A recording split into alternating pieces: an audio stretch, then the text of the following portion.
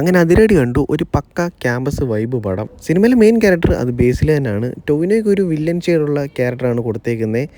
പക്ഷേ ഒരു പക്ക വില്ലനാണ് ഞാൻ പ്രതീക്ഷിച്ചത്. പക്ഷേ എനിക്കത് കിട്ടിയില്ല. അതിൻ്റെ കാരണം എന്താണെന്ന് ചോദിച്ചാൽ ഇൻ്റർവെല്ലിന് മുമ്പ് ടൊവിനോയ്ക്ക് കൊടുക്കുന്നൊരു ബിൽഡപ്പ് ഉണ്ട്. നമ്മുടെ KGFിനകത്തൊക്കെ പോലീസുകാർ റോക്കി ബൈക്ക് കൊടുക്കുന്ന ഒരു ബിൽഡപ്പ് പോലെ ടൊവിനോയ്ക്ക് ഒരു പക്ക സീനൊക്കെ ഉണ്ട്. ആ സമയത്ത് കോളേജിൽ ചെന്നൊരു ഷോ കാണിച്ചുള്ളൊരു പോക്കൊക്കെ കാണണം. അതൊക്കെ കാണുമ്പോൾ നമ്മൾ സെക്കൻഡ് ഹാഫിൽ ടൊവിനോയെ കുറേ പ്രതീക്ഷിക്കും. പക്ഷേ അതൊന്നും എനിക്ക് കിട്ടിയില്ല. അത് മാത്രമാണ് എനിക്ക് സിനിമയ്ക്കകത്തൊരു നെഗറ്റീവായിട്ട് തോന്നിയത്.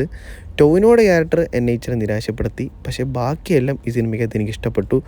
ഒരു അൺഎക്സ്പെക്റ്റഡ് ക്യാമിയോ ഉണ്ട്, ആരും പ്രതീക്ഷിക്കാത്തൊരു ക്യാമിയോ. പക്ഷേ ആ ക്യാമിയോയ്ക്കാണ് ഇത്രയും സ്റ്റാർ കാസ്റ്റുള്ള പടത്തിൽ കിടിലം കയ്യടി കിട്ടിയത്. അതെനിക്ക് പറയാതിരിക്കാൻ പറ്റത്തില്ല. അപ്പോൾ തന്നെ ആ പുള്ളിയുടെ ഒരു റേഞ്ച് നമുക്ക് മനസ്സിലാവും. ആരാന്ന് ഞാൻ പറയുന്നില്ല, ചിലർക്കൊക്കെ ഇപ്പോൾ മനസ്സിലായി കാണും. ഈ സിനിമ നല്ലൊരു ക്യാമ്പസ് പടമായിട്ട് എനിക്ക് തോന്നി. അത്യാവശ്യം നല്ലൊരു പടമാണ്. നിങ്ങൾ കണ്ടു നോക്കാൻ പറ്റുന്നവരോ കണ്ടു നോക്ക്. സബ്സ്ക്രൈബ് ചെയ്യാൻ പറ്റുന്നവർ സബ്സ്ക്രൈബ് ചെയ്യും. Okay, by.